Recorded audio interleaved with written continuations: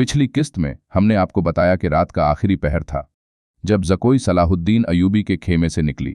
Nazi के खेमे में जाने की बजाय वह दूसरी तरफ चली गई। आप देख रहे हैं अल इमरान सीरीज और यह सुल्तान सलाहुद्दीन अयूबी सीरीज की 11वीं एपिसोड है। वीडियो पसंद आने की सूरत में लाइक करें, कमेंट करें और हमारे चैनल को सब्सक्राइब करना ना भूलिएगा। रास्ते में एक आदमी खड़ा था जिसका जिस्म सर से पांव तक एक ही लिबादे में ढका हुआ था। उसने धीमी सी आवाज में ज़कोई को पुकारा। वह उस आदमी के पास चली गई। वह आदमी उसे एक खेमे में ले गया। बहुत देर बाद वह उस खेमे से निकली और नाजी के खेमे का रुख कर लिया। नाजी उस वक्त तक जाग रहा था और कई बार बाहर निकलकर सलाहुद्दीन अयूबी के खेमे को देख चुका था कि ज़कोई ने सलाहुद्दीन अयूबी को फांस लिया है और उसे आसमान की बुलंदियों से घसीटकर नाजी की ही जहनियत की पस्तियों में ले आई है। नाजी ने कहा, रात तो गुजर गई है, वह अभी तक नहीं आई। औरोश ने कहा, वह अब आएगी भी नहीं। अमीर मिस्र उसे अपने साथ ले जाएगा। ऐसे हीरे कोई शहजादा वापस नहीं करता।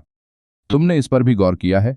नाजी ने कहा, मैंने अपनी चाल का यह पहलू तो सोचा ही नहीं था। क्या यह नहीं हो सकता था कि अमीर मिस्र ज़कोई के साथ बाकायदा शादी करे?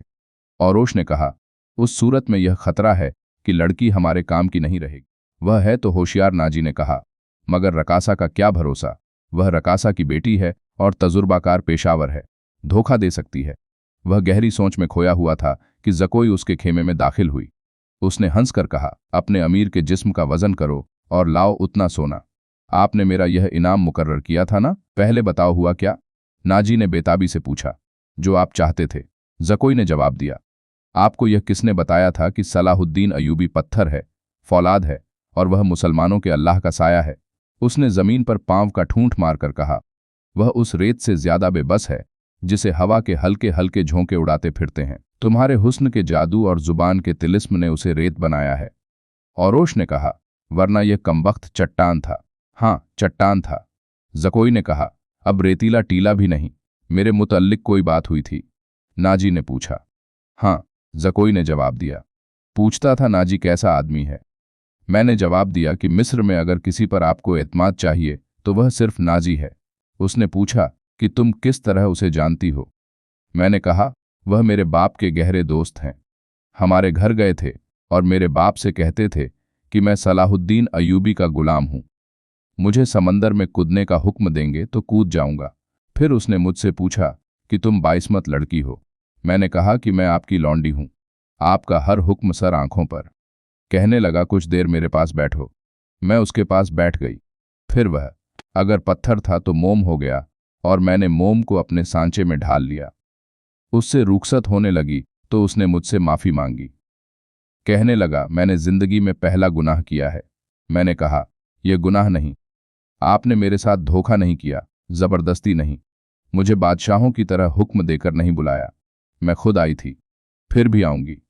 लड़की ने हर एक बात इस तरह खुलकर सुनाई जिस तरह उसका जिस्म उरिया था।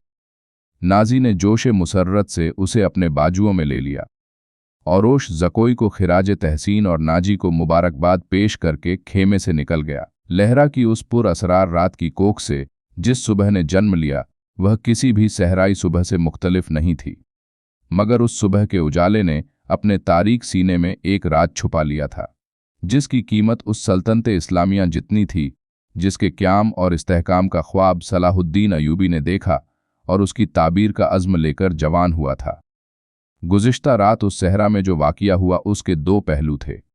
एक पहलू से सिर्फ नाजी और औरोश वाकिफ थे, दूसरे पहलू से सलाहुद्दीन अयूबी का मुहाफिज दस्ता वाकिफ था और सलाहुद्दीन अयूरी, उसका सुरागरसां और जासूस अली बिन सुफियान और ज़कोई तीन ऐसे अफराद थे जो उस वाक़िया के दोनों पहलुओं से वाकिफ थे। सलाहुद्दीन अयूबी और उसके स्टाफ को नाजी ने निहायत शान व शौकत और अकीदतमंदी से रखसत किया।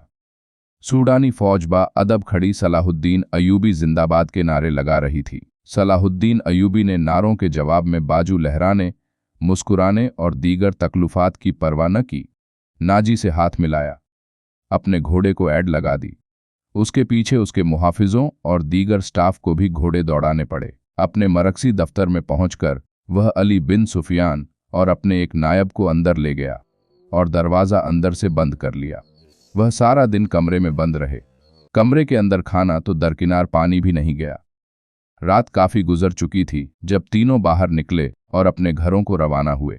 अली बिन सुफियान उनसे अलग हुआ तो मुहाफिजों के दस्ते के कमांडर ने उसे रोक लिया और कहा, मोहतरम, हमारा फर्ज है कि हुक्म माने और जुबानें बंद रखें, लेकिन मेरे दस्ते में एक मायूसी और बेइत्मीनानी पैदा हो गई है।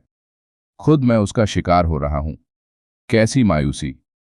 मुहाफिज कहते हैं कि एक फौज को शराब पीने की इजाजत है, तो हमें उससे क्यों मना किया गया है? कमांडर ने कहा, अगर आप मेरी शिकायत को गुस्ताखी समझें तो सजा दे दें, लेकिन मेरी शिकायत सुन लें। हम अपने अमीर को खुदा का बरगुज़ीदा इंसान समझते थे और उस पर दिल व जान से फिदा थे, मगर रात उसके खेमे में एक रकासा गई थी। अली बिन सुफियान ने उसकी बात पूरी करते हुए कहा, तुमने कोई गुस्ताखी नहीं की। गुनाह अमीर करे या गुलाम, सजा में कोई फर्क नहीं। गुनाह बहरहाल गुनाह है। मैं तुम्हें यकीन दिलाता हूं कि रकासा और अमीर मिस्र की खुफिया मुलाकात के साथ गुनाह का कोई तल्लुक नहीं था। सुल्तान सलाहुद्दीन अयूबी सीरीज का सिलसिला जारी है। आगे क्या हुआ, ये आपको अगली एपिसोड में बताएंगे। हमें उम्मीद है कि आपको हमारी ये वीडियो पसंद आई होंगी। वीडियो पसंद आने की सूरत में लाइक करें, कमेंट करें, शेयर करें और हमारे चैनल को लाजमी सब्सक्राइब करें। अल्लाह हम सब का नासिर व मददगार हो। खुदा हाफ़िज़।